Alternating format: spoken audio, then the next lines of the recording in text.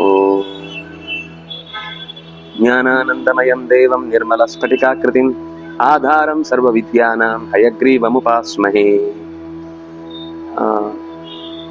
ಸಂಪ್ರಶ್ನ ವೇದಿಕೆಗೆ ತಮಗೆಲ್ಲ ಹೃತ್ಪೂರ್ವಕವಾದ ಸ್ವಾಗತ. ಈ ವೇದಿಕೆಯಲ್ಲಿ ಬಂದ ಜಿಜ್ಞಾಸೆಗಳನ್ನು ನಾವು ಉತ್ತರಿಸುವ ಪ್ರಯತ್ನವನ್ನು ಮಾಡುತ್ತೇವೆ. ಹೀಗೆ ಯಾರೇ ಇಂಥ ಜಿಜ್ಞಾಸೆಗಳಿದ್ದರೆ ಇಲ್ಲೇ ಕೆಳಗಡೆ ಕಮೆಂಟ್ ಬಾಕ್ಸಲ್ಲಿ ತಮ್ಮ ಪ್ರಶ್ನೆಗಳನ್ನು ಗೊತ್ತಿರುವ ವಿಷಯಕ್ಕೆ ನಾವು ಉತ್ತರಿಸುವ ಪ್ರಯತ್ನವನ್ನು ಮಾಡುತ್ತೇವೆ. ಇವತ್ತು ಒಂದು ಪ್ರಶ್ನೆ ಸ್ವಾತಿಯವರು ಕೇಳಿರುವಂಥದ್ದು. ಭೀಮಸೇನ ಮತ್ತು ಹಿಡಿಂಬಿ ಪಾಂಡವರಲ್ಲಿ ಮೊದಲ ದಂಪತಿಗಳು. ವಾರಣಾವತದ ಅರಗಿನ ಮನೆಯಿಂದ ತಪ್ಪಿಸಿಕೊಂಡು ಹೇಗೋ ಹೊರಕ್ಕೆ ಬಂದ ಹಿಡಿಂಬ ವನದಲ್ಲಿ ಹಿಡಿಂಬಾಸುರನನ್ನು ಸಂಹಾರ ಮಾಡಿದ ಮೇಲೆ ಹಿಡಿಂಬೆ ಭೀಮನನ್ನು ವರಿಸ್ತಾಳೆ. ಅದಕ್ಕೆ ಕುಂತಿಯ ಒಪ್ಪಿಗೆಯೂ ಇರುತ್ತೆ, ಯುಧಿಷ್ಠಿರನ ಒಪ್ಪಿಗೆಯೂ ಸಿಗುತ್ತೆ. ವ್ಯಾಸರು ಕೂಡ ಅದನ್ನ ಮುದ್ರೆ ಒತ್ತಿದ್ರಿಂದ ಆ ದಾಂಪತ್ಯಕ್ಕೆ ಒಂದು ಗಟ್ಟಿಯಾದ ಅಂಕಿತ ಸಿಗುತ್ತೆ. ಇಂತಹ ಸಂದರ್ಭದಲ್ಲಿ ಅವರು 6 ತಿಂಗಳು ಮಾತ್ರ ತಮ್ಮ ದಾಂಪತ್ಯದ ಸೌಖ್ಯವನ್ನ ಕಳೆದ್ರು. ಅಲ್ಲಿ ಕಂಡೀಷನ್ನೇ ಹಾಗೆ ಇರುತ್ತೆ, ನಾವಿನ್ನು ಮುಂದೆ ವಾಪಸ್ಸು ಮತ್ತೆ ನಾವು ರಾಜ್ಯಕ್ಕೆ ಹೋಗ್ಬೇಕಿರುತ್ತೆ, ಇಲ್ಲೇ ಕಾಡಲ್ಲಿ ಇರ್ಲಿಕ್ಕೆ ಆಗಲ್ಲ. ಆದ್ರೆ ಇವರನ್ನ ಕರ್ಕೊಂಡು ಅಲ್ಲಿಗೆ ಹೋಗೋಣ ಅಂತಂದ್ರೆ ಇವರು ಯಾರು ಬರೋರಲ್ಲ. ಕಾಡಿನ ಜನ ಯಾವತ್ತೂ ಕೂಡ ಬೇಕಾದ್ರೆ ನಾಡಿನ ಜನ ವೈರಾಗ್ಯ ಬಂದ್ರೆ ಕಾಡಲ್ಲಿ ಬದುಕ್ಬೋದು, ಆದ್ರೆ ಕಾಡನ್ನೇ ಚೆನ್ನಾಗಿ ಇಷ್ಟಪಟ್ಟು ಬದುಕಿದವರು ಯಾವತ್ತೂ ಕೂಡ ಬುದ್ಧಿ ಇದ್ದವರು ಮತ್ತೆ ನಾಡಿಗೆ ಬಂದು ಬದುಕೋರು ಇಲ್ಲ. ಹಾಗಾಗಿ ಹಿಡಿಂಬೆ ನಾನು ಇಲ್ಲೇ ಉಳ್ಕೊಳ್ತೇನೆ ಅಂತ ಹೇಳ್ತಾಳೆ. ಪ್ರಶ್ನೆ ಏನು ಅಂದ್ರೆ ಒಂದು ಪ್ರಶ್ನೆ, ಯಾವತ್ತೂ ಕೂಡ ಹಿಡಿಂಬೆ ಆಗ್ಲಿ ಘಟೋತ್ಕಜನ ಆಗ್ಲಿ ತಮ್ಮ ರಾಕ್ಷಸ ಬುದ್ಧಿಯನ್ನು ತೋರಿಸ್ಲಿಲ್ವಾ ಅಂತ ಒಂದು ಪ್ರಶ್ನೆ. ಎರಡನೇದು, ಭೀಮನೊಂದಿಗೆ ಯಾಕೆ ನಿರಂತರವಾಗಿ ಜೊತೆಗೆ ಬದುಕಲಿಲ್ಲ ಹಿಡಿಂಬೆ ಅಂತ ಎರಡನೇ ಪ್ರಶ್ನೆ.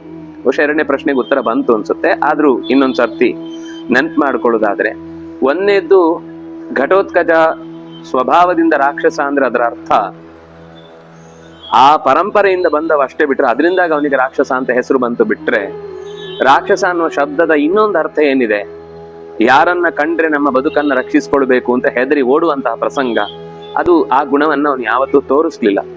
ಕಾರಣ ಏನು ಅಂದ್ರೆ ಅದು ಭೀಮಸೇನನ ಮಗನಾದ್ರಿಂದಾಗಿ. ಭೀಮಸೇನಂತಹ ಮನೆತನದಲ್ಲಿ ಹುಟ್ಟಿ ಕುಂತಿಯಿಂದ ಯುಧಿಷ್ಠಿರನಿಂದ ಪ್ರಭಾವಿತನಾಗಿ ಆತನ ಮತ್ತೆ ಸ್ವಭಾವ ಸಹಜವಾದ ಒಂದು ಗುಣ ಇದ್ದೇ ಇರುತ್ತೆ, ಅದು ಇಲ್ಲದೆ ಇದ್ರೆ ಪ್ರಭಾವನು ಏನು ಕೆಲಸ ಮಾಡಲ್ಲ. ಆದ್ರೆ ಮುಖ್ಯವಾಗಿ ಆ ರಾಕ್ಷಸ ಗುಣ ಕಾಣದಂತೆ ಒಳ್ಳೆಯ ಸಂಸ್ಕಾರ ಮತ್ತು ಸ್ವಭಾವ ಇದ್ದದ್ರಿಂದ ಅವನು ಹುಟ್ಟಿದ್ದು ರಾಕ್ಷಸ ಅನ್ನುವ ಕಾರಣಕ್ಕೆ ಅವನನ್ನ ರಾಕ್ಷಸ ಅಂತ ಕರೆದದ್ದು ಬಿಟ್ರೆ, ಯಾವುದೇ ರೀತಿಯ ರಾಕ್ಷಸ ಪ್ರವೃತ್ತಿ ಅವನಲ್ಲಿ ಇರ್ಲಿಲ್ಲ. ಆದ್ರಿಂದಾಗ ಅವನು ಯಾವತ್ತೂ ಕೂಡ ಅಂತದನ್ನು ತೋರಿಸ್ಲಿಲ್ಲ. ಆದ್ರೆ ಕೌರವಾದಿಗಳಿಗೆ ತನ್ನ ಶಾಖವನ್ನ ಮುಟ್ಟಿಸಿದ್ದಾನೆ, ಬಿಸಿಯನ್ನು ಮುಟ್ಟಿಸಿದ್ದಾನೆ. ಆ ದೃಷ್ಟಿಯಲ್ಲಿ ಅವನು ಆ ಕರ್ತವ್ಯವನ್ನು ಮಾಡಿದ್ದಾನೆ. ಎರಡನೇದು, ಹಿಡಿಂಬೆ ಯಾಕೆ ಭೀಮನೊಂದಿಗೆ ಬಾಳಿ ಬದುಕಲಿಲ್ಲ ಅಂತ ಪ್ರಶ್ನೆ. ಒಂದು ಕಾರಣವನ್ನ ಅವರು ಆರಂಭದಲ್ಲೇ ಹೇಳಿದ್ದಾರೆ, ನಾವು ಇಲ್ಲೇ ಕಾಡಲ್ಲಿ ಇರ್ಲಿಕ್ಕೆ ಆಗುದಿಲ್ಲ. ಯಾಕಂದ್ರೆ ಇದು ಇವರು ದುರ್ಯೋಧನಿಂದ ಬಹಳ ಕಾಲ ಹೀಗೆ ರಕ್ಷಿಸಿಕೊಂಡು ಬದುಕುವ ಸಮಯ ಅಲ್ಲ.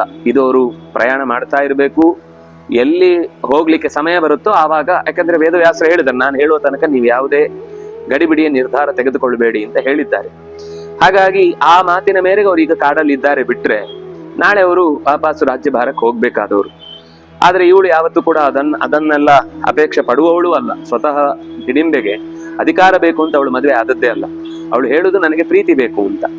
ಎಂಥ ಪ್ರೀತಿ ಅಂದ್ರೆ, ಅಣ್ಣನ ಕೈಯಲ್ಲಿ ಬಯಸಿಕೊಂಡು ಕೇವಲ ಊಟ ತಿಂಡಿ ಈ ವ್ಯವಸ್ಥೆಯನ್ನ ಮಾಡ್ಲಿಕ್ಕೋಸ್ಕರ ಒಬ್ಬ ವ್ಯಕ್ತಿ ಬೇಕು ಅಂತ ಅವಳನ್ನ ಜೊತೆಗಿಟ್ಟುಕೊಂಡಿದ್ದಂತಹ ಸ್ಥಿತಿಯಲ್ಲಿ, ನನಗೆ ನನ್ನ ಸ್ಥಾನ ನನ್ನ ಗುಣಗಳನ್ನ ಗೌರವಿಸುವಂತ ಒಬ್ಬ ವ್ಯಕ್ತಿ ಬೇಕು ಅಂತ ಬಯಸಿ ಭೀಮನನ್ನ ಆಯ್ಕೆ ಮಾಡಿಕೊಂಡಿದ್ದು. ಅದನ್ನ 6 ತಿಂಗಳು ಮನಸೋ ಇಚ್ಛೆ ಪಾಂಡವರ ಒಪ್ಪಿಗೆಯಂತೆ ಅವಳು ಅದನ್ನು ಪಡೆದಿದ್ಲು. ಅವಳಿಗೆ ಅದರಲ್ಲಿ ತೃಪ್ತಿ ಇತ್ತು. ಮುಂದೆ ಆತ್ಮಾವೈ ಪುತ್ರನಾಮಾಸಿ ಅಂತ ಭೀಮನ ಸ್ವರೂಪವನ್ನ ಪ್ರತಿರೂಪವನ್ನ ಘಟೋತ್ಕಚನಲ್ಲಿ ಕಾಣುತ್ತಾ ತನ್ನ ಮುಂದಿನ ಬದುಕನ್ನ ರಾಕ್ಷಸ ಪ್ರವೃತ್ತಿಯ ಜೊತೆಗೆ, ಅಂದ್ರೆ ಅವರ ಪರಿವಾರ ದೊಡ್ಡದಿತ್ತು, ಅವರನ್ನೆಲ್ಲ ಕರ್ಕೊಂಡು ಬರುದು ಅಂದ್ರೆ ಹೇಗೆ. ಆದ್ರೆ ಮುಂದೆ ಅವರೆಲ್ಲ ಯುದ್ಧಕ್ಕೆ ಬರ್ತಾರೆ, 1,00,000 ಜನ ಸೇನೆಯನ್ನ ಕಟ್ಟಿಕೊಂಡು ಘಟೋತ್ಕಜನೊಂದಿಗೆ ಯುದ್ಧಕ್ಕೆ ಬರ್ತಾರೆ.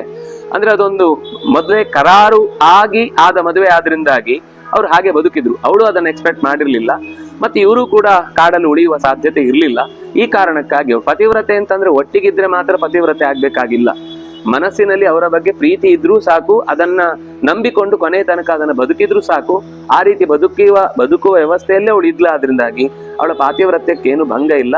ಜೊತೆಗೆ ಇದ್ಲೊಂದು ಮನಸ್ಸಿನಲ್ಲಿ ಇದ್ಲು ಅಂತ ಅನ್ನೋದೇ ಬಹಳ ಮುಖ್ಯವಾಗತ್ತೆ ಅನ್ನುವ ಇಷ್ಟು ಅಂಶವನ್ನ ಈ ಪದ್ಯದಲ್ಲಿ ಅಥವಾ ಈ ಪ್ರಶ್ನೆಯಲ್ಲಿ ನಾವು ಕಾಣಬಹುದು ಅಂತ ಹೇಳ್ಬಹುದು. ನಮಸ್ಕಾರ.